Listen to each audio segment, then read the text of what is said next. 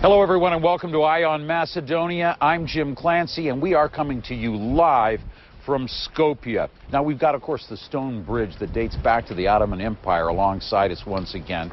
And the new National Museum is just across the Vardar River behind me there. You can't see it from this angle, but there's another thing you can't see that might be of interest. This country is absolutely wired when it comes to social networking. I was amazed to find this out. There are only 2 million citizens in all of Macedonia. But get this, Macedonia has 800,000 Facebook accounts. That's got to be noted in a record book somewhere. Well, let's talk tonight. We're going to talk about unemployment, and we're going to talk about education. And I want to give you some of the facts about the education system here in this country. By law, children aged 7 to 15 receive free primary education, and it's mandatory that they attend school for at least 8 years. According to UNICEF, net enrollment in primary school was 92% in 2005. Now, that is one of the highest rates in southeastern Europe. 63% attend secondary school. That is about average for the region. We'll see if they want to make that number better. Well, clearly, education matters in Macedonia. Many people here have a great education, but they haven't got a job to go with it. Unemployment is officially above 30%. The country is now struggling to create a workforce of the future. We found a new web-based program that promises to help. 19-year-old Vlatko Georgiev considers himself a lucky man in Macedonia today. He has a job, thanks to an internship program that connected him with Ruin International Technologies, a French company that makes clutches for cars, trucks, and tractors. We had 3 months of internship, and after that we were offered a job by Ruin, he says, adding, "We're very lucky to work here." He's not the only one. On the factory floor, an aging workforce produces aftermarket clutches for export to Russia, South Africa, and across Eastern Europe. Ruin benefits from the internship scheme sponsored by USAID by finding young employees who can operate increasingly sophisticated machine tools. It's helping us to go through this whole process of recruiting new, young, well-trained people. The initiative is called My Career, a web-based portal using internships to help generate jobs like these in Macedonia. We've just passed over 2,000 interns that we've placed in a variety of companies here in Macedonia, and interest is growing all the time. There's another dimension at work on this factory floor. It's not just an internship program matching young workers with employers. It's also giving Macedonia's schools vital information needed to retool the education system to match the needs of industry. It gives the company the chance to evaluate the capacities of the students, but it also helps the schools to improve their curricula and to improve their programs in order to have better qualified students. The My Career initiative spans jobs in agriculture, banking, trade, and service industries. Already, they've helped place hundreds of high school and college graduates into employment. Vlatko has now been on his job for 18 months. He's from this area in eastern Macedonia and is very proud of his work and a recent promotion. Even with official unemployment standing at more than 30%, he's got an optimistic message for Macedonia's young people. They must always try to find a job, and they must never lose hope, he says, because there is always hope. Now, we've talked to others in the software development, the banking sectors. They've used that same web-based USAID program to connect to jobs and to help lift Macedonia's economy. Let's get a little bit of perspective here. Now, Pancho Kralev is Macedonia's Minister of Education and Science, and he joins us now live from here in the heart of Skopje. What's really working, do you think, in the education system here today? Thank you for having me over tonight, Jim. I think what we are doing as a country is trying to stimulate closer cooperation between the business sector and the education sector. Our education sector has so far been based a lot on the demands that are needed for tomorrow's industries. We have introduced into the curriculum a lot more into subjects such as mathematics, information technology, foreign languages. Now we are working to introduce concepts such as entrepreneurship coming into the next years. I think this allows us to build a closer bridge between the education sector and the business sector that ultimately should fill the gap in the demand that currently might exist in the labor market. One thing I was a little surprised about, you're starting to teach English to the grade schoolers. Yes. Yes, we believe that foreign languages in combination with more information technology and more subjects like mathematics will form the basis for the future of these children coming into the university level education.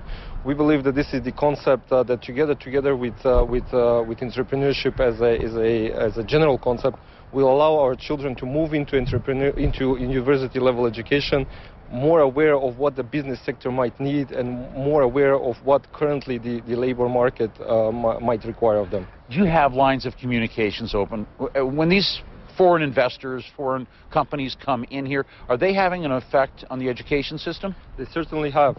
Companies themselves and with our assistance are already approaching much of the universities. Their interest and our interest is to have curricula that are matched to the needs of the tomorrow's employee force. We are working with these companies and together with our staff to produce a curriculum that will exactly match the needs that they need for tomorrow's workforce. We have excellent examples with the companies in the free economic zones, and we plan to continue this communication to support them even more. We as a ministry strongly support the universities and provide them with a basis for communication with the foreign companies. Now, Macedonia is a multifaceted society. You've got Albanians here, you've got Turks, you have other ethnic minorities. Some of them are determined to speak their own single language. But how does the Ministry of Education plan to deal with all of this? What is your strategy? Well, just to start off, I would like to say that we as a Ministry of Education, we as a government have significantly increased in our percentage of GDP that is invested into the education sector. Now, the reason that I mention this is because we believe that the right combination of the infrastructure resources, the right combination of the curricular, and the right combination of the motivated students will allow us to produce a multi-ethnic atmosphere within these schools that will exactly reflect the multi-ethnic reality of our society. These investments that we have created over the next year, as well as the initiatives that we plan moving forward into the future, together with the universities, will allow us to fully incorporate the multi-ethnicities that currently exist within our society. What do you see as your toughest challenge as a Minister of Education? I mean, when you look at that marketplace where there's 30% unemployment, I'm sure people are saying somewhere something failed. That is correct. Over the years, there has been a significant build-up into the labor force. My biggest challenge over the next years will become to bridge the gap between the labor force, the business communities, and the universities. It's not an easy task. It's something that we work on a daily basis, something that we promote continuously. We must find ways that this communication line is open at all times. We as a ministry are doing our best and are putting forward a lot of efforts on the communication lines between the labor force and the universities. We're coming up with initiatives such as the whole entrepreneurial concept. We're coming up with initiatives such as supporting universities into various fields such as techno-starters, spin-outs, and internships, the whole internships thing. As well, mandatory internships as well. We believe that a variety of these concepts put together will exactly form the basis for this essential communication between all of them. Ultimately, our aim is, of course, to decrease unemployment, and we believe strongly that with the current initiatives that we have moving forward, we will achieve this task. Pancha Kralov, Minister of Education, good luck. It's a big job. I appreciate you taking time out to come down and talk with us. Thank you for having me over tonight again. All right. Bye. Now, we're live from Skopje. When Ion Macedonia returns, we'll take a closer look at some of the flooding around the world. In Thailand, the capital is facing a crisis here when the big deluge is going to hit. We'll also check the risk of more monsoon rain.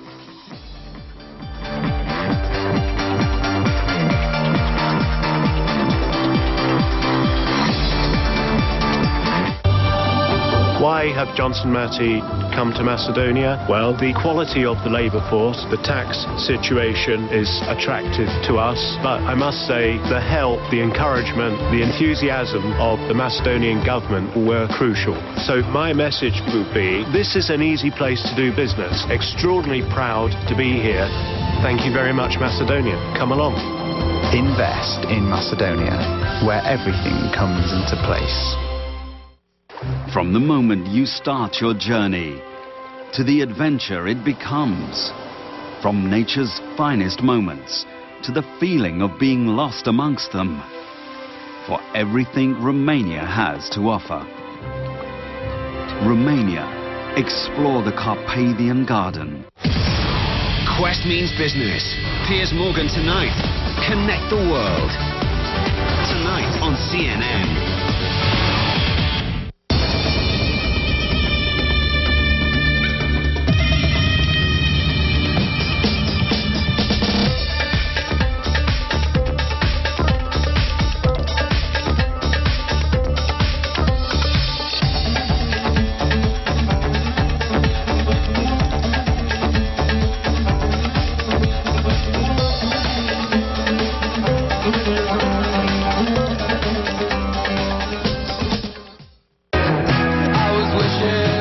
This month, CNN Go sets its sights on the city of sails. Heading south to Auckland, New Zealand. Lively markets, breathtaking beaches, vineyards and volcanoes. We explore it all thanks to a cast of locals. Go beyond what any guidebook will show you. Saturday on CNN, in association with Korean Air.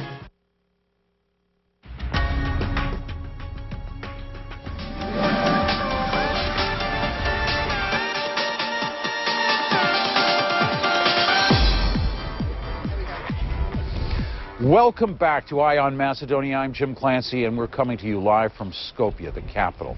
It is windy here tonight, and I am feeling a little bit of rain. But as we take a look at other stories that are making headlines today, we see all across Thailand a real problem. Water spilling over into places it should not be. The farmland, businesses, homes inundated. About 8 million people are now affected. 283 people have lost their lives. Now, those monsoon rains in Southeast Asia have flooded an area the size of Spain. Meteorologist Prism00.mp4 monitoring it all, and he joins us now live from the International Weather Center. Hi, Prism. What is the outlook for these monsoon rains? Are they going to let up?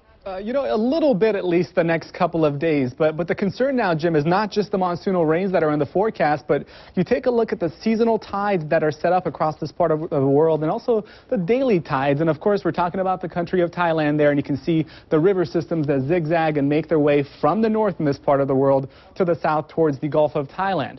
Now, the way you have this set up is every single day, twice on average, there you get a high tide that rolls in towards the Gulf of Thailand. Of course, the water flows, again, from the north to the south. So where this high tide interacts with the river system here, it actually causes the water to slow down a little bit or back up and could cause the water to rise. That's the concern. But if you've seen the moon the last couple of nights, you know we're getting fairly close to a full moon, about 98% of a full moon right now.